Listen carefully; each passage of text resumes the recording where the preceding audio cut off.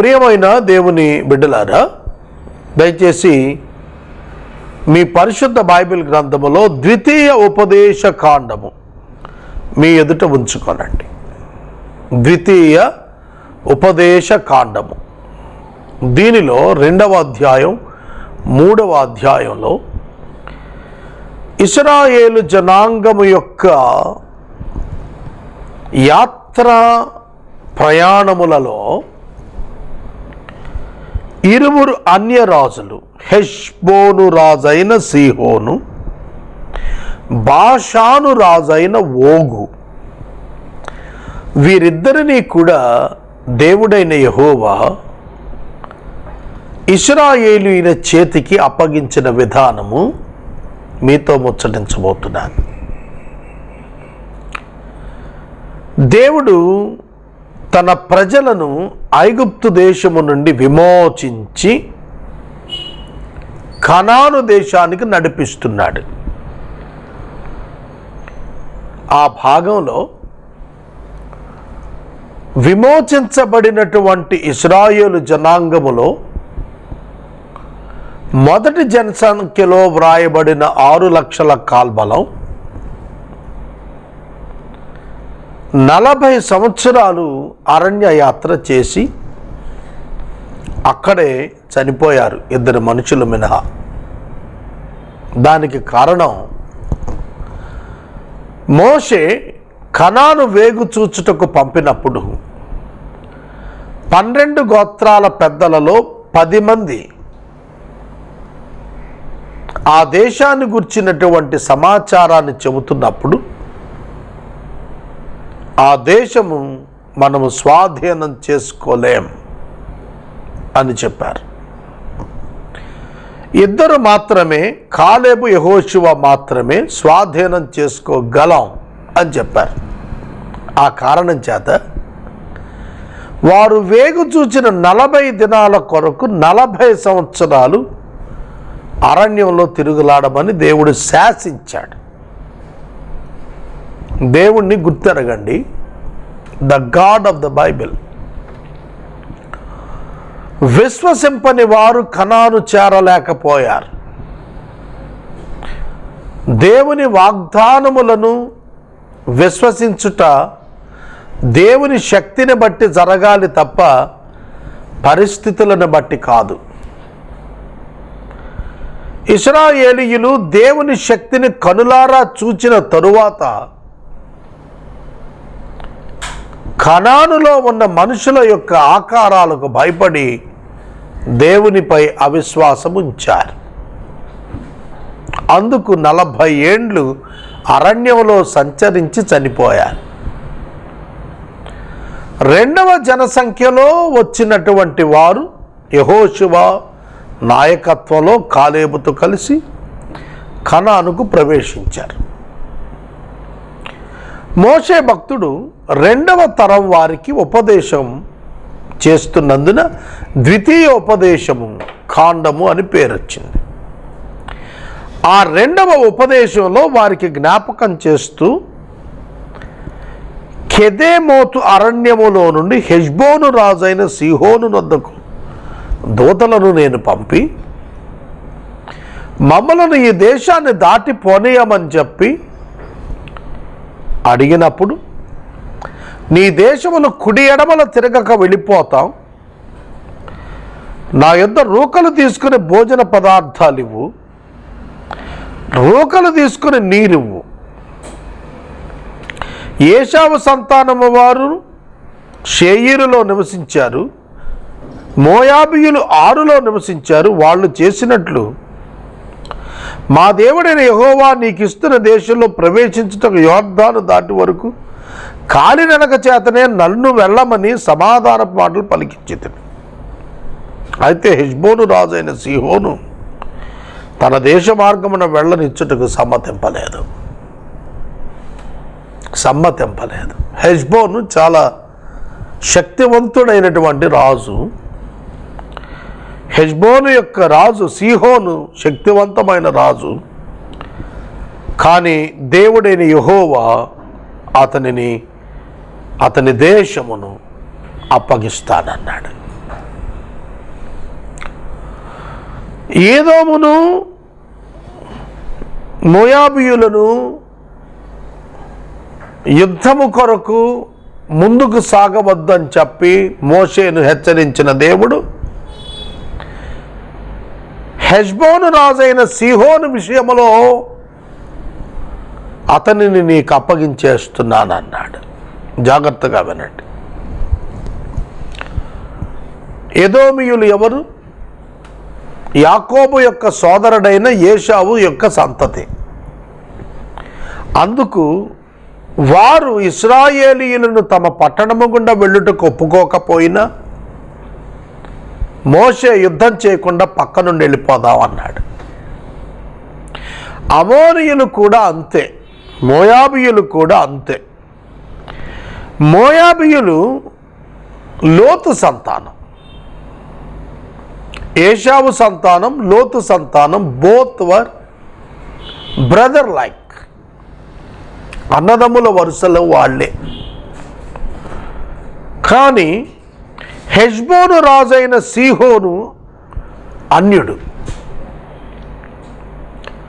దేవుడు అమోనీయులకు, మోయాబీయులకు, ఎదోమీయులకు, ఇశ్రాయేలీయులకు వీరి వీరి యొక్క స్థలాలు పంచిపెట్టాడు.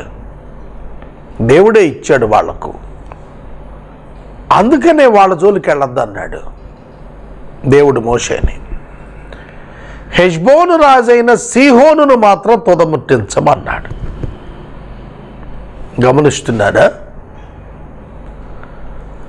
దేవుని ప్రజలకు వ్యతిరేకంగా తిరుగుబాటు చేసినటువంటి వారిని సంహరించుటకు దేవుడు వారికి ఆజ్ఞ ఇచ్చాడు.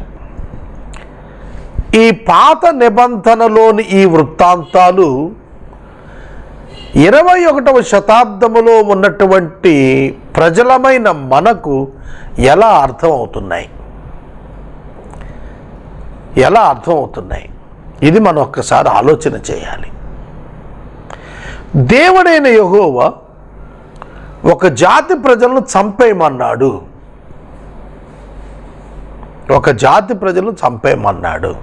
అదే అర్థమవుతుంది అక్కడ. ఇవాళ కోణంలో చూస్తే ఘోరమైన రక్త బలి జరుగుతుంది కదా, దేవుడు ఎందుకు అట్లా అంటాడు అంటాం. ఆ దినమున ఆ నిబంధనకు సంబంధించి ఆ ప్రజలు అమోనీయుల చేత ఏ విధంగా అయితే, మిద్యానీయుల చేత ఏ విధంగా అయితే మోసగించబడి పాపంలో పడ్డారో అలా పడకుండా దేవుడు వారి పట్ల శ్రద్ధ తీసుకున్నాడు. కావున హెష్బోను రాజైన సీహోనును దేవుడు వారి చేతికి అప్పగించాడు.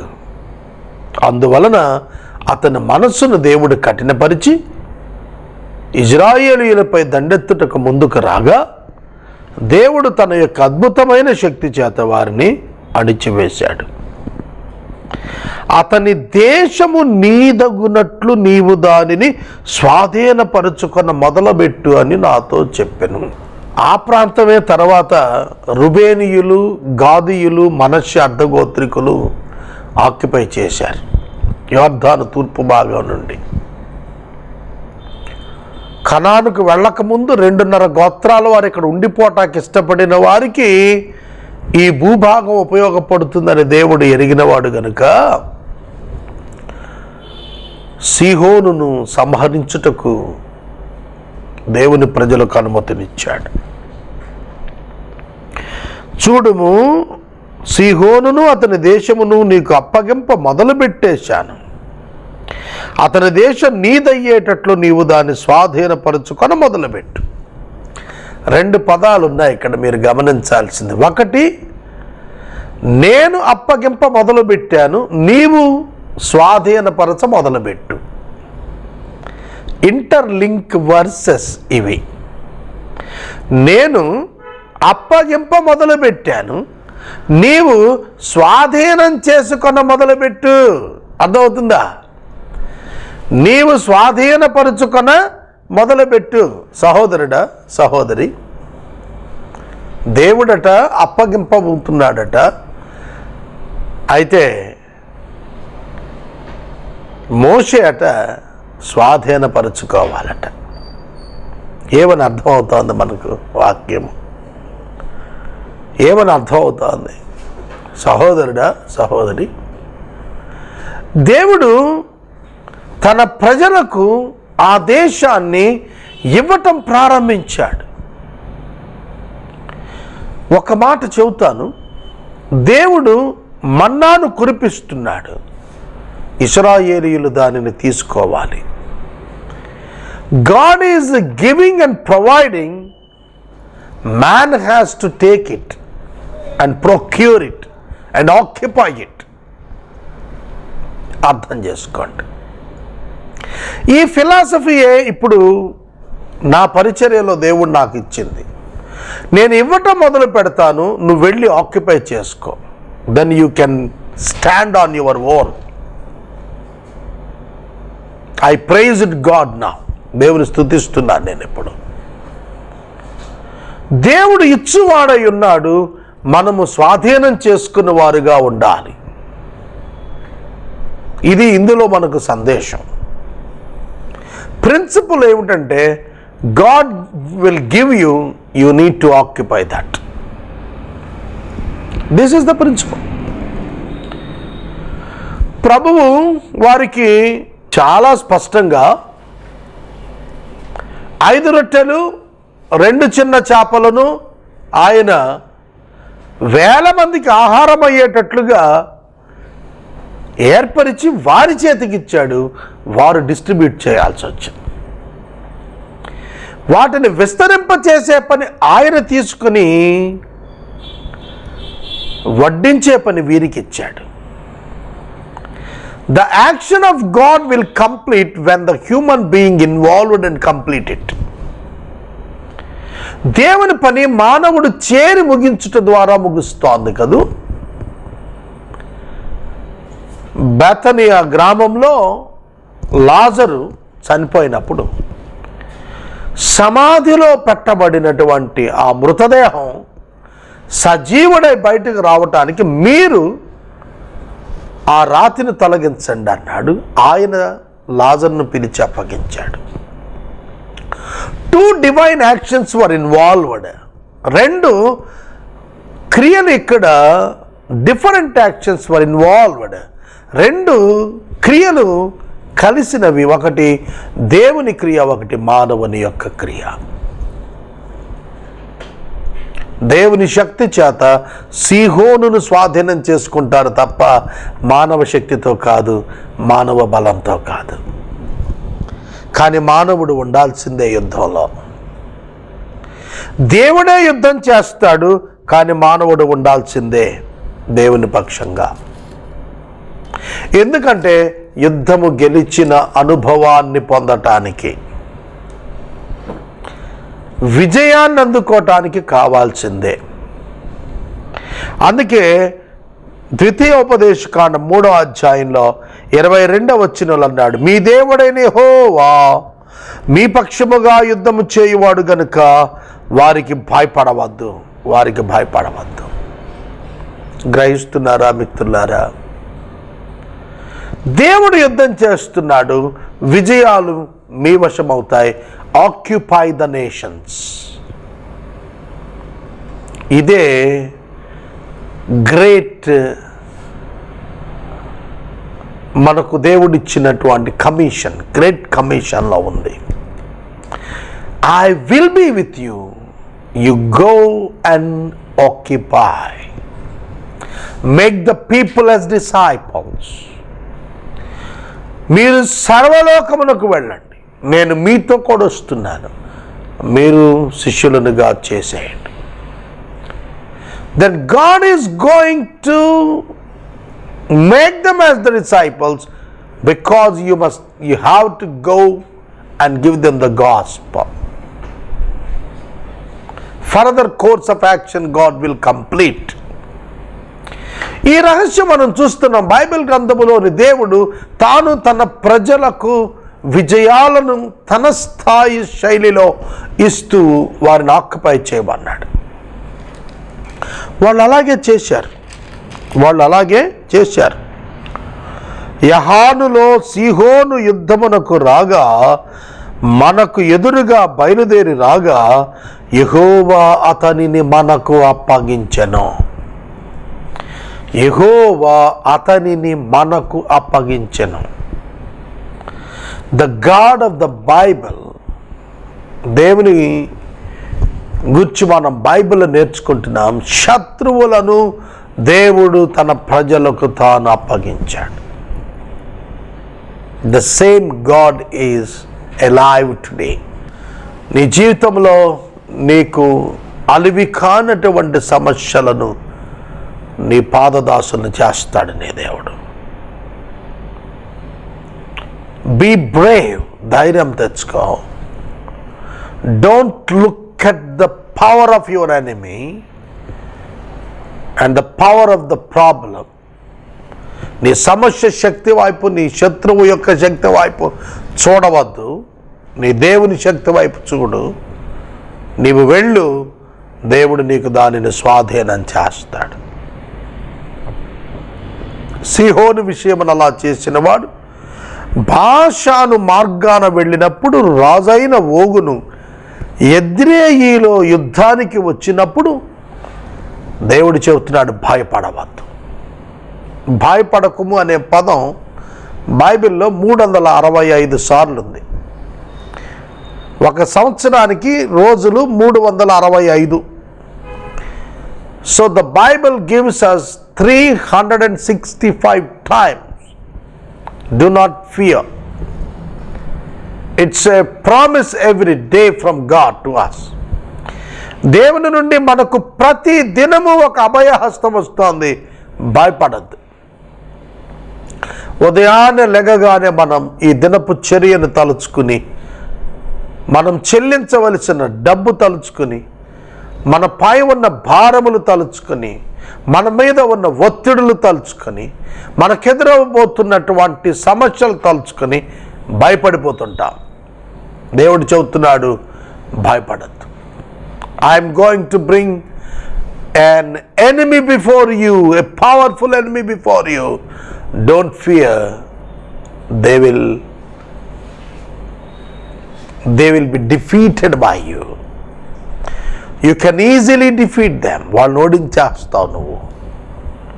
నిన్ను తలెత్తుకునేది చేస్తాను నేను. That is our God. That is our God. అదే చెబుతున్నాడు, భాషాను రాజైన ఓగు బలాఢ్యుడు, అతడు అమోనీయుల రబ్బాలో, రెఫాయీయుల్లో భాషాను రాజైన ఓగు ఉన్నాడు. అతని మంచం ఉన్నది రబ్బాలో, దాని పొడవు 9 మూరలు, మనిషిని మూరతో 9 మూరలు, వెడల్పు 4 మూరలు. ఇప్పుడు మనం సాధారణంగా 6x4 డబల్ కాట్ వాడతాం ఇళ్లల్లో. ఇంకా కొంచెం విశాలంగా ఉండాలి, 6x6 డబుల్ కాట్ బెడ్ వాడతాం. ఇక అంత మించి అక్కర్లేదు భారతదేశంలో హైట్కి. అయితే ఈ భాషాను రాజు ఓగు యొక్క మంచం పొడవు 9 అడుగులు. చూడండి, ఒక మూరతో 9 మూరలు. మూర అంటే 1.5 feet లెక్కేస్తాం. ఇంచుమించుగా 13.5 అడుగులు. మనం అడుగుల్లో లెక్కేస్తాం, ఫీట్లో 6 feet 4 feet, 6x6 feet లెక్కేస్తాం. కానీ ఇక్కడ మూర లెక్కేస్తాం. మూర అంటే 1.5 18 అంగుళాలు. మూర అంటే 12 అంగుళాలు ఒక అడుగు. అంటే ఇది 9 మూరలు అంటే 9 + 4.5 13.5 అడుగుల పొడవు. 4 మూరలు అంటే 4 6 1.5 అయితే 4 × 1.5 6 అడుగుల వెడల్పు. ఇక మీరు ఆ భారీ ఆకారం ఒకసారి ఊహించండి ఎంత ఉంటుందో. 13.5 అడుగుల పొడవు, 6 అడుగుల వెడల్పు ఉన్న ఇనప మంచం. ఏ మంచం? వుడెన్ కాదది, ఐరన్ కాట్, ఇనప మంచం అక్కడ ఉన్నది. రెఫాయిములో ఆ మంచం ఉన్నది, దాన్ని చూపిస్తున్నాడు. ఇప్పుడు చెప్పండి, వాళ్ళు జయించగలుగుతామని నమ్ముతామా మనం? ఎంత భారీ దేహం అది, ఎంత భారీ దేహం! అటువంటి భారీ కాయం కలిగిన ఆ గొప్ప రాజును ఇజ్రాయేలు జనాంగము వారు సులువుగా చంపారు. అర్నోను లోయలో ఉన్న అరోయేరు మొదలు పెట్టుకుని గిలాదు మన్యములో సగమును, అప్పుడు స్వాధీనము చేసుకున్న దేశమును రుబేనీయులకు, గాదీయులకు నేను ఇచ్చాను. ఓగురాజు దేశమైన బాషాను యావత్తు, గిలాదులో మిగిలిన దానిని అనగా రెఫాయీయుల దేశం అనబడిన బాషాను అంతటిని, అర్గోబు ప్రదేశాన్ని మనష్య అర్ధగోత్రానికి ఇచ్చేశాను అన్నాడు. ఇజ్రాయేలు జనాంగములో రెండవ వారు, సెకండ్ జనరేషన్ ఉందే, రెండవ పర్యాయము ఉన్నవారు, వారిని దేవుడు ద్వితీయోపదేశ కాండం ఉపదేశం చేయిస్తూ చెప్పాడు, గదీయులకు, రుబేనీయులకు, మనష్య అర్ధగోత్రికులకు నేను ఈ యొక్క ప్రాంతాన్ని నేను స్వాధీనం చేసేసాను. గమనించండి ప్రియమైన దేవుని బిడ్డలారా, ఎటువంటి దేవుడు అండి మన దేవుడు! వారికి ఆ 2.5 గోత్రాల వారికి మోషే ఏమని చెప్పాడంటే, మీ సహోదరులు కనానులో స్వాస్థ్యము పొందిన తరువాత మీరు వెళ్ళి వెనుకకు తిరిగి రావచ్చును, అప్పటి వరకు మీరు వారి పక్షంగా యుద్ధం చేసి రండి అన్నాడు. మోషే వారికి కొల్ల సొమ్ము కూడా భాగం పంచి ఇచ్చాడు. ఆ విధంగా దేవుడు తన యొక్క ఉనికి వారి మధ్యన తాను రుజువు చేసుకుని శత్రువులపై జయమిచ్చాడు. ఇవాళ మన శత్రువు ఎవరు? మనుషుల కాదు, సమస్యలు. మనం ఎదుర్కొంటున్న సమస్యలు ఎంత పెద్దవైనా వాటిపైన జయాన్ని ఇవ్వటానికే దేవుడు వాటిని మన ముందుకు రప్పిస్తున్నాడు. ఈ సత్యం మీరు గుర్తెరగాలి. యుద్ధం చేసేవాడు దేవుడు, ఆయన మనకు ఇవ్వదలిచాడు, మనము స్వాధీనపరుచుకోవాలి.